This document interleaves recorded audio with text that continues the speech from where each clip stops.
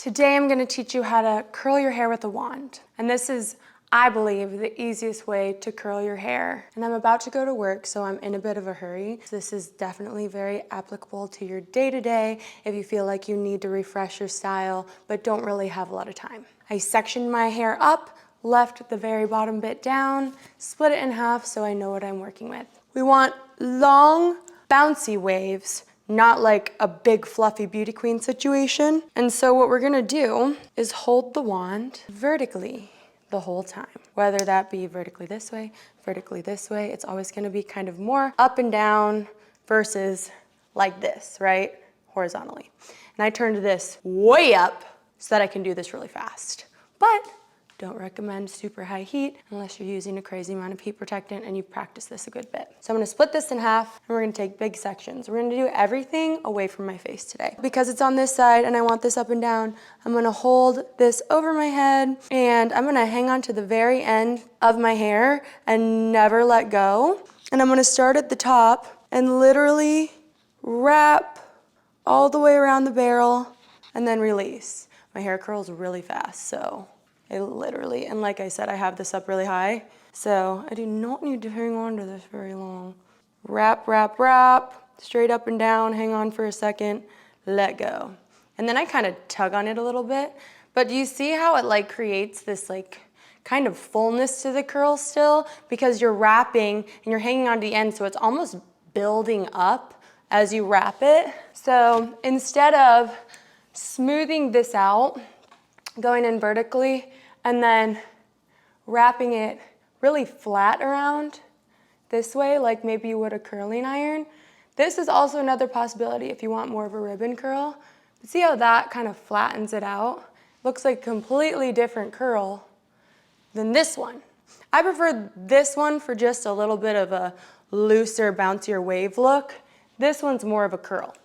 So let's go back, hang on to the end the whole time, but start up at the top. And this way, you're kind of pulling up and letting that bulk up and wrap around to give it more of a full-bodied, bouncy wave. See the difference there? Both are good, just different. I'm gonna take another big section. I like to just section my hair in 3 different sections as I work up to just keep it organized, but easy. Not going too crazy here with a million sections. So now I'm gonna split all this hair in half. I'm gonna toss these in the back, and I'm gonna bring this into the front. And we're gonna start in the back and work our way forward. That way we don't end up missing any hair. I'm gonna go straight up and down. I've got a pretty big section here, so now you can see what that's gonna look like. I'm wrapping, I'm kind of bringing it up as I go, holding, straight up and down. I have a little bit off on the end still so that I have something to hang on to. With the bigger section, I let it stay on there a little longer, but look how nice and kind of bouncy that is. This section's a bit smaller. We're gonna go up here, wrap up, kind of bring it up onto this instead of flattening everything out. Same deal here, bring it up. So as you can see, anybody can pretty much figure this out. If you have a wand, if you have a curling iron, you can use your curling iron just like a wand. Just gotta open the clamp up and then just make sure you leave yourself enough hair on the end that you're not gonna burn your hand. And it ends up looking better because you don't want that end to be completely curled. Sometimes you might. When you could do that, then you might have to wear a heat protecting glove if you want to get it curled all the way to the end. But for a day-to-day thing, I like to leave the ends a little straighter so you can see how bulked up that is to create like a bigger bouncy curl. And see how fast this is too, once you get the hang of it. Last section. I'm not combing any of these out until the end. This is also day 2 hair for me. So if you want to see my video on how I style my hair differently to not wash my hair more than once or twice a week, then you can check that video out too, because this can be part of your weekly routine if you want it to. Starting in the back, and we separated everything in two, kept everything really organized, but it's very efficient and easy to section your hair this way, instead of it feeling like it's an ordeal and taking you longer because you have to have sections. It's actually making everything move a lot faster. Getting back up here, and you can see I'm really not specific about like the size of sections that I'm taking or anything.